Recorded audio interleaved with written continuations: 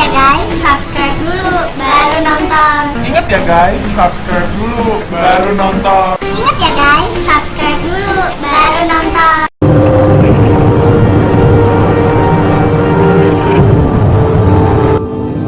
Gunung Rinjani merupakan gunung berapi tertinggi kedua di Indonesia dan juga merupakan rangkaian lingkaran api.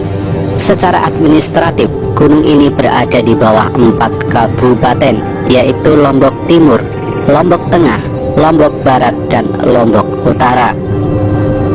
Gunung ini memiliki ketinggian 3.726 meter di atas permukaan laut. Bagi masyarakat Pulau Lombok, khususnya suku Sasak dan suku Bali, Gunung Rinjani dianggap sebagai tempat suci dan merupakan istana para dewa. Di Gunung Rinjani ini terdapat Taman Nasional Gunung Rinjani yang terletak di kawasan peralihan biogeografis, tempat flora dan fauna Asia Tenggara bertemu dengan flora dan fauna wilayah Australia.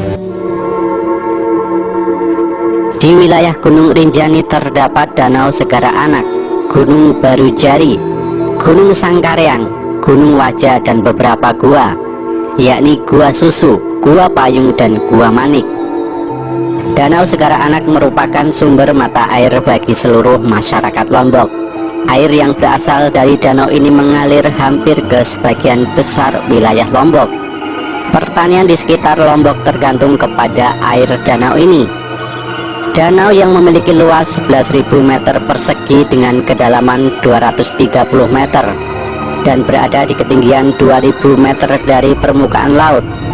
Dikatakan oleh beberapa tetua adat di wilayah Bayan berfungsi sebagai pendingin gunung-gunung berapi yang ada di seputarnya. Danau ini diperkirakan terbentuk akibat letusan Gunung Samalas pada tahun 1257. Pendapat lain mengatakan bahwa Danau Segara Anak muncul akibat letusan Gunung Rinjani Purba. Kata Rinjani artinya tinggi dan tegak. Makna kata itu tampaknya sesuai dengan kondisi geografis Gunung Rinjani. Gunung tersebut merupakan gunung yang paling tinggi nomor 2 di Indonesia. Selanjutnya, nama Gunung Rinjani sangat mungkin berasal dari kata Rara Anjani yang berubah menjadi Renjani dan selanjutnya menjadi Rinjani. Sehubungan dengan kata Rara Anjani, di daerah Lombok Timur dapat ditemui desa yang bernama Desa Anjani. Demikian pula gedung pertemuan di Mataram yang diberi nama Gedung Dewi Anjani. Hal itu tentunya menunjukkan bagaimana masyarakat sangat menghormati dan menghargai nama tersebut meskipun sudah tidak sepenuhnya mempercayai mitos ini. Namun pemerintah Kabupaten Lombok Utara justru menjadikan Gunung Rinjani sebagai lambang kabupaten tersebut. Pada lambang tersebut secara khusus yang berhubungan dengan Gunung Rinjani disebutkan sebagai berikut. Rinjani disebutkan sebagai pusat kosmos yang merupakan orientasi kosmologis masyarakat Sasak pada umumnya dengan menyebutnya sebagai daya.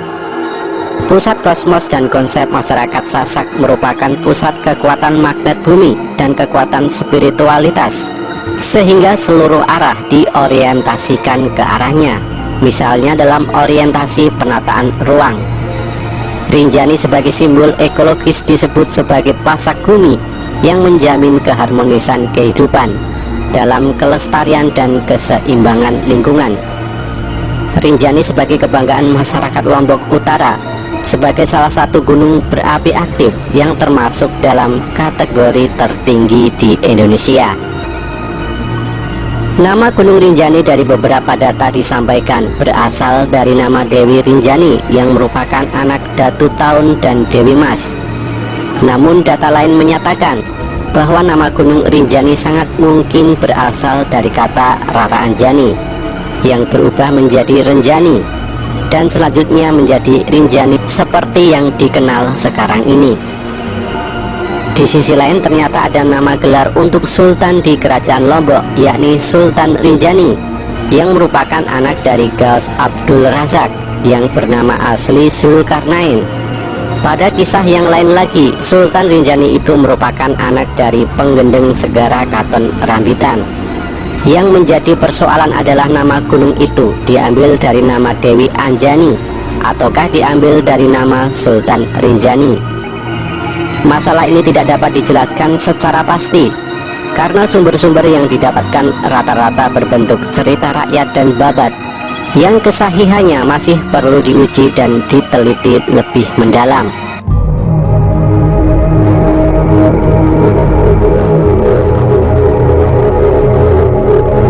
Di samping persoalan arti kata, nama Rinjani juga berhubungan dengan kisah-kisah yang dipercayai oleh masyarakat setempat. Gunung Rinjani diyakini oleh penduduk sekitar dihuni oleh komunitas bangsa Jin yang sebagian besar mereka beragama Islam. Bangsa Jin itu dipimpin oleh Ratu Jin yang bernama Dewi Anjani. Dia bersemayam di puncak Gunung Rinjani. Dari puncak ke arah tenggara terdapat sebuah lautan debu atau kaldera yang dinamakan Segara Muncar. Konon pada saat-saat tertentu dengan kasat mata dapat terlihat istana Ratu Jin. Pengikutnya merupakan golongan jin yang baik. Kisah mengenai Dewi Anjani juga terdapat dalam manuskrip yang berjudul Doyaneda. Pada manuskrip itu dikisahkan Dewi Anjani yang memiliki julukan Ratu Mas Prawira mempunyai sepasang burung yang sakti yang berparuh besi melela dan berkuku dari besi melela pula. Dalam cerita itu disebutkan bahwa sepasang burung inilah yang mengais-ngais gunung sehingga gunung tersebut menjadi datar dan menjadi sebuah pulau. Pulau baru itu dinamai Pulau Sasak karena rapat oleh pepohonan. Suatu hari Dewi Anjani diingatkan oleh Patih Songan akan pesan kakeknya Nabi Adam supaya mengisi pulau baru itu dengan cara mengubah sekelompok jin bangsawan menjadi manusia. Ini merupakan kisah mengenai asal-usul terjadinya manusia di Pulau Lombok. Bagi masyarakat Sasak, terutama generasi lama menghayati cerita itu seperti cerita tentang leluhur mereka yang benar-benar terjadi, dan mereka menghormati Dewi Jin yang bernama Dewi Anjani. Pada bagian lain, yaitu di bidang ilmu mistik, kuasa gaib sang Dewi Anjani sering diungkapkan dan menjadi teks sebuah mantra. Demikian pula para pemangku pada waktu mendaki Gunung Rinjani masih sering melakukan upacara mohon izin kepada Dewi Anjani terlebih dahulu sebelum melakukan pendakian, yang disebut dengan upacara menyembih. Upacara lain yang berkaitan dengan keberadaan Dewi Anjani yaitu upacara kesuburan yang berkaitan dengan kerja bercocok tanam dan panen pada masyarakat lama, sering dikaitkan dengan berkah sang Dewi. Pada masa sekarang, perubahan tata nilai pada kepercayaan dan bahkan teknik pertanian yang disertai upacara semacam itu sudah jauh ditinggalkan.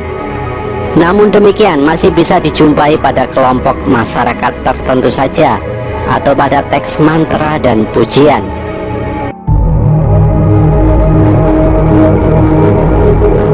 Kisah lain mengenai Dewi Anjani, yakni sang Dewi merupakan seorang putri raja yang tidak diperbolehkan menikah dengan kekasih pilihannya. Kemudian pada suatu tempat, dalam mata air bernama Mandala, sang ratu menghilang. Ia berpindah tempat dari alam nyata ke alam gaib. Kisah ini terpampang pada pamflet yang berjudul Cerita Rinjani.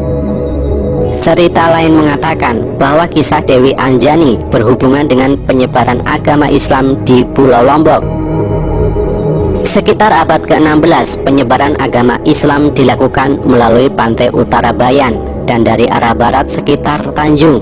Pembawanya adalah seorang syekh dari Arab Saudi bernama Nurul Rasyid dengan gelar sufinya Gaus Abdul Razak. Dia menetap di Lombok bagian utara di daerah Bayan. Gaus Abdul Razak mengawini Denda Bulan, melahirkan seorang anak bernama Zulkarnain yang merupakan cikal bakal raja-raja Selaparang. Selanjutnya, Gaus Abdul Razak menikah dengan Denda Islamiyah dan melahirkan Denda Khomariyah yang populer dengan sebutan Dewi Anjani. Hampir mirip dengan kisah sebelumnya bahwa Dewi Anjani anak dari Gaus Abdul Razak. juga menyampaikan bahwa Dewi Anjani adalah anak dari Denda Islamiyah yang merupakan istri pertama Gaus Abdul Razak. Sebelumnya Denda Islamiyah disebutkan sebagai istri kedua.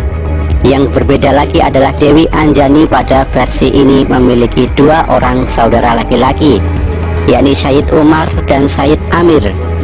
Sementara saudara Dewi Anjani hanya 1 orang, yakni Zulkarnain.